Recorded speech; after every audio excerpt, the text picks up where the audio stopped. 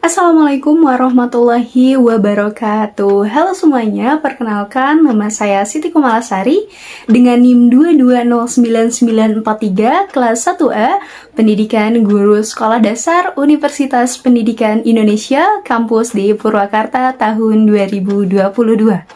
Di sini saya akan membahas mengenai manusia dan pendidikan dengan pokok bahasan yang pertama mengenai hakikat manusia, yang kedua mengenai pendidikan dan tujuan pendidikan, yang ketiga mengenai asas-asas perlunya pendidikan bagi manusia, dan yang keempat asas-asas kemungkinan pendidikan. Langsung saja kita mulai ke pembahasan pertama, yaitu hakikat manusia. Sokrates mengatakan bahwa hakikat manusia adalah makhluk yang di dalam dirinya tertanam jawaban mengenai berbagai persoalan dunia. Manusia bertanya tentang dunia dan masing-masing mempunyai jawaban tentang dunia. Nah, berbicara mengenai hakikat manusia berarti berbicara mengenai apa itu manusia. Ada 4 aliran yang menyebutkan tentang manusia. Yang pertama adalah aliran serbajat atau materialisme. Aliran ini menyebutkan bahwa manusia itu adalah badannya. Maka aliran ini menyebutkan bahwa badanlah yang mempengaruhi jiwa. Yang kedua yaitu aliran serba ruh atau idealisme. Adalah kebalikan dari aliran materialisme tadi. Aliran serba ruh menyebutkan bahwa manusia adalah ruhnya. Maka aliran ini menyebutkan bahwa ruhlah yang mempengaruhi badan. Yang ketiga yaitu aliran dualisme. Menyebutkan bahwa manusia adalah kesatuan antara badan dan ruh yang saling mempengaruhi. Lalu yang keempat, aliran eksistensialisme. Aliran ini tidak menyebutkan manusia berasal dari ruh, berasal dari badan maupun keduanya, melainkan menyebutkan bahwa manusia adalah eksistensinya di dunia ini. Lalu ke pembahasan yang kedua mengenai pendidikan dan tujuan pendidikan. M.J. Lopengel mengatakan bahwa pendidikan adalah bimbingan atau pertolongan yang diberikan oleh orang dewasa kepada anak yang tumbuh untuk mencapai kedewasaannya dengan tujuan agar anak cukup cakap melaksanakan tugas hidupnya sehingga tidak perlu bimbingan lagi. Tujuan dari pendidikan ini yang pertama menurut Plato menjelaskan bahwa tujuan pendidikan yaitu membina pemimpin yang sadar dengan asas normatif dan melaksanakannya dalam semua aspek kehidupan.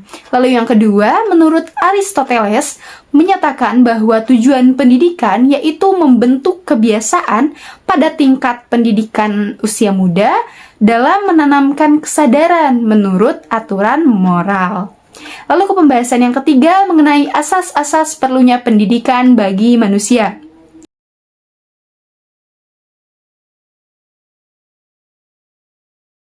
Yang pertama, karena manusia sebagai makhluk yang belum selesai. Nah, sebelum dilanjut, teman-teman jawab pertanyaan aku dulu ya. Oke, pertanyaannya, sebuah kayu yang dirangkai menjadi sebuah kursi, apakah sudah selesai menjadi kursi karena sudah memiliki semua kegunaannya? Oke, waktu menjawab 3 detik. 1, 2, 3. Oke, jawabannya sudah ya, karena kursi sudah memiliki semua fungsinya.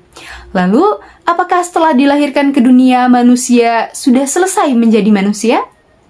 Jawabannya belum teman-teman, karena meskipun sejak kelahirannya manusia memang adalah manusia, tetapi tidak secara otomatis menjadi manusia, dalam arti dapat memenuhi berbagai aspek hakikat manusia. Maka pendidikan menjadi hal yang dibutuhkan. Lalu yang kedua, karena tugas dan tujuan manusia adalah menjadi manusia. Aspek hakikat manusia merupakan sosok manusia ideal, merupakan gambaran yang dicita-citakan atau yang menjadi tujuan. Nah, sosok manusia ideal tersebut belum terwujud, melainkan harus diupayakan untuk diwujudkan. Upaya yang bisa dilaksanakan adalah dengan pendidikan. Yang ketiga, karena perkembangan manusia bersifat terbuka. Bayi yang diajarkan berjalan hingga bisa berlari adalah bukti bahwa perkembangan manusia bersifat terbuka. Demikian halnya dengan kesadaran akan tujuan hidupnya, kemampuan untuk hidup sesuai individualitas, sosialitasnya, tidak dibawa manusia sejak kelahirannya, melainkan harus diperoleh manusia melalui belajar, melalui bantuan berupa pengajaran, bimbingan, latihan, dan kegiatan lainnya yang dapat dirangkumkan dalam istilah pendidikan.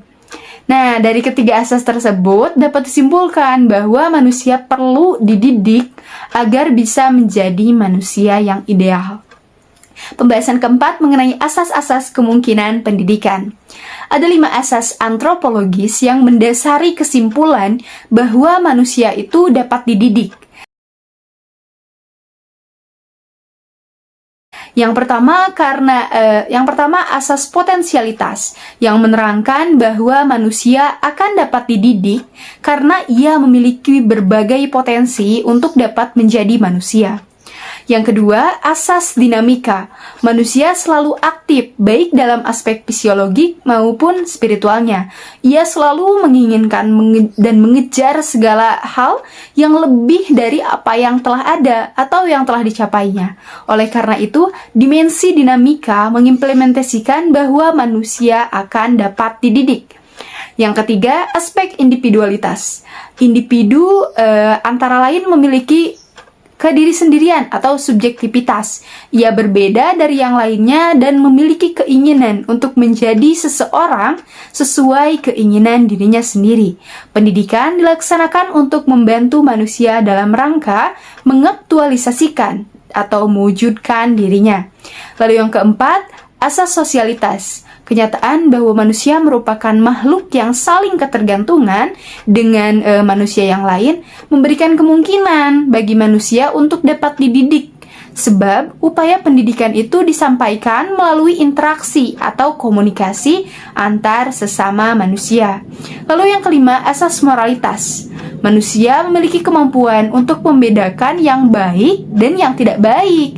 Dan pada dasarnya ia berpotensi untuk berperilaku baik atas dasar kebebasan. Oleh karena itu dapat disimpulkan bahwa manusia dapat dididik karena mempunyai naluri untuk membedakan suatu hal.